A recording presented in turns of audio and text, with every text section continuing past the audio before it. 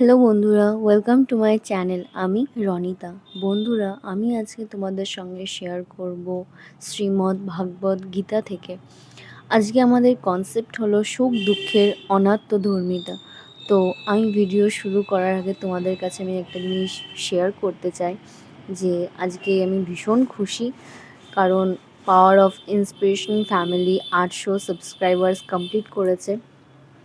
কারণ যখন আমি চ্যানেল করি তখন এটাই ভাবতাম যে আমার সাবস্ক্রাইবার্স কি কমপ্লিট হবে, কিন্তু দেখতে দেখতে 100, 200, 300, 400, 500, 600, 700 সাবস্ক্রাইবার্স কমপ্লিট করে 800-তে হয়েছে। তো এটা শুধুমাত্র তোমাদের জন্যই হয়েছে। তো আমি তোমাদের কাছে প্রত্যেককে আমি অসংখ্য ধন্যবাদ জানাই যে আমাকে ভালোবাসা দেওয়ার জন্য। আর তোমাদেরকে এটাও বলবো আমি যে এইভাবেই আমার পাশে থেকো, আমাকে বড়রা আশীর্বাদ করো, ছোটরা ভালোবাসা দিও, যাতে আমি তোমাদের জন্য এরকম ধরনেরই ভিডিও আরও বেশি করে নিয়ে আসতে পারি। আর অনেক অনেক অনেক আশীর্বাদ করো আমাকে। Thank you so much. তো চলো এবার দেরি না করে ভিডিও শুরু করে ফেলি। সুখ দুঃখের অনাত্মধর্মিতা, এই কথার অর্থ কী? এ কথার অর্থ এই যে সুখ দুঃখ আত্মার ধর্ম নহে, উহা অন্তঃকরণের ধর্ম। অন্তঃকরণ আত্মা নহে। অন্তঃকরণ কি? মন, বুদ্ধি, চিত্ত, অহংকার, এইগুলি মিলিয়া যাহা হয় তাহার সাধারণ নাম অন্তঃকরণ। হিন্দু দার্শনিকগণ মনস্তত্ত্বের যে সূক্ষ্মানুসূক্ষ্ম বিশ্লেষণ করিয়াছেন, তাহার সম্যক আলোচনা এ স্থলে সম্ভবপর নহে। স্থূলত এইটুকু স্মরণ রাখা প্রয়োজন যে এ সকলই প্রকৃতির বিকৃতি বা পরিমাণ। পুরুষ বা আত্মার সহিত উহাদের কোনো নিত্য সম্বন্ধ নাই। তবে যে আত্মা সুখ দুঃখের ভোক্তা বলিয়া প্রতীয়মান হয়, উহা প্রকৃতির সংযোগবশত সৃষ্টিকালে পুরুষ ও প্রকৃতি পরস্পর সংযুক্ত থাকাতে পুরুষের ধর্ম প্রকৃতিতে ও প্রকৃতির ধর্ম পুরুষে উপচরিত হয়। এই কারণেই বস্তুত অচেতন হইলেও প্রকৃতিকে চেতন বলিয়া মনে হয়, এবং বস্তুত অকর্তা হইলেও আত্মাকে কর্তা ভোক্তা বলিয়া বোধ হয়। পুরুষ, আত্মা ও প্রকৃতির পার্থক্য যখন উপলব্ধি হয়, তখন আত্মার এ অজ্ঞানতা থাকে না। তাই সাংখ্য দর্শন বলেন, জ্ঞানাং মুক্তি, জ্ঞান হইতে মুক্তি। এ কিসের জ্ঞান? প্রকৃতি ও পুরুষের পার্থক্য জ্ঞান। গীতাতে ইহাই ত্রিগুণাতীত অবস্থা বলিয়া উল্লেখিত হইয়াছে। এই অবস্থায় সুখ দুঃখের পরানিবৃত্তি। তখন জীব অমৃত তত্ত্বয় কল্পতে, নাশত বিদ্যতে ভাবো না ভাবো বিদ্যতে শত।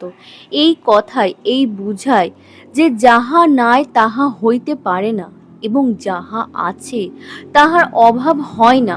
অর্থাৎ কোনো পদার্থই নতুন উৎপন্ন হয় না এবং কিছুই বিনষ্ট হয় না, পরিবর্তন হয় মাত্র।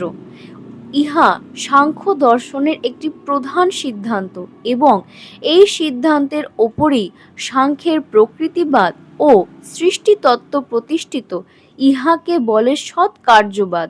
অনেকে শ্রী গীতার এই শ্লোকার্ধেরও এই তত্ত্ব বুঝাইতে ব্যবহার করে, যেন যাহা কর্তৃৎ ইদং সর্ব, এ সমস্ত তত ব্যক্ত তত্তু এব, তাহাকেই অবিনাশী বিনাশরহিত বিদ্ধি জানিও। কশ্চিৎ কেহ অশ্ব অব্যয়স্য, এ অব্যয় স্বরূপে বিনাশং কর্তু ন অহর্তি, বিনাশ করিতে পারে না। অর্থাৎ যিনি এই সকল দৃশ্য জগৎ ব্যাপিয়া আছেন, তাহাকে অবিনাশী জানিও। কেহই এই অব্যয় স্বরূপের বিনাশ করিতে পারে না। অব্যয়, যাহার উপচয় ও অপচয় নাই, যাহার সর্বদাই একরূপ, যাহা সত্তারূপে সর্বত্র পরিব্যাপ্ত, যাহা সর্বব্যাপী, তাহা অবিনাশী ও অব্যয়। কেননা তাহার বিনাশ বা অপচয় উপচয় হইলে সর্বব্যাপিত থাকে না। এবার আমি তোমাদের সঙ্গে যেটা শেয়ার করব, এটা হচ্ছে ব্রহ্ম, আত্মা, ভগবান, প্রকৃতি, জীব ও জগৎ। তো প্রশ্ন করা হচ্ছে যে কথা হইতেছে ভীষ্মাদির জন্য শোক অকর্তব্য, কেননা কেহ মরিবে না, আত্মা অবিনাশী, এ অবশ্য জীবাত্মা। আবার ভগবান 1200 শ্লোকে বলিলেন, আমি, তুমি, রাজগণ সকলেই পূর্বেও ছিলাম, পরেও থাকিব। এ ভগবান, আমি কে, জীবাত্মা না পরমাত্মা? তুমি ও রাজগণ বলিতে অবশ্য জীবাত্মাই বুঝায়। এই শ্লোকে আবার বলা হইতেছে, যাহা দ্বারা সকল ব্যাপ্ত অর্থাৎ সর্বব্যাপী। সর্বব্যাপী কে, জীবাত্মা না পরমাত্মা? সর্বব্যাপী তো ঈশ্বর। ভীষ্মাদির আত্মা কি সর্বব্যাপী? এই রূপ নানা সংশয় মনে উঠিতেছে। এবার উত্তরে বলা হচ্ছে যে এ স্থলে কয়েকটি দার্শনিক স্থূল তত্ত্ব সংক্ষেপে বলিতে হইতেছে। আত্মা, পরমাত্মা, ব্রহ্ম, ভগবান, পুরুষ, প্রকৃতি প্রভৃতি কথাগুলির কোনটিতে কি তত্ত্ব প্রকাশ পায় তাহা না বুঝিলে গীতোক্তি কোনো কথাই স্পষ্ট হৃদয়ঙ্গম হইবে না। গীতার মূল শ্লোকে অনেক স্থলেই দেখা যায় যৎ, তৎ, যেন, তেন, অহং, মাং ইত্যাদি শব্দ ব্যবহৃত হইতেছে। ব্যাখ্যায় ওই সকল স্থলে আত্মা, পরমাত্মা, ভগবান প্রভৃতি শব্দ ব্যবহৃত হয়। যাহা তৎ পদার্থের পরিজ্ঞাপক তাহাই তত্ত্ব। সেই মূল তত্ত্ব কি? একেরই 3 রূপ বা বিভাব। যে তাহাকে যে ভাবে চিন্তা করে তাহার নিকট তিনি তাহাই, জ্ঞানীর নিকট তিনি জ্যোতির্ময় ব্রহ্ম, যোগীর নিকট তিনি চিদাত্মা স্বরূপ পরমাত্মা, ভক্তের নিকট তিনি সচ্চিদানন্দ বিগ্রহ ভগবান। সাধনা ভেদে একেরই ত্রিবিধ প্রকাশ। জ্ঞান, যুক্তি, ভক্তি 3 সাধনার বশে, ব্রহ্ম, আত্মা, ভগবান ত্রিবিধ প্রকাশে।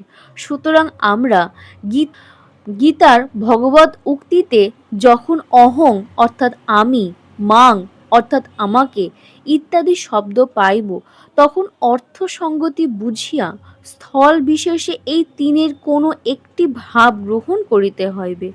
যখন তিনি বলেন পত্র, পুষ্প, জল যাহা কিছু ভক্তি উপহার আমি সাদরে গ্রহণ করি, তখন বুঝিবে তিনি ভক্ত বৎসল ভগবান।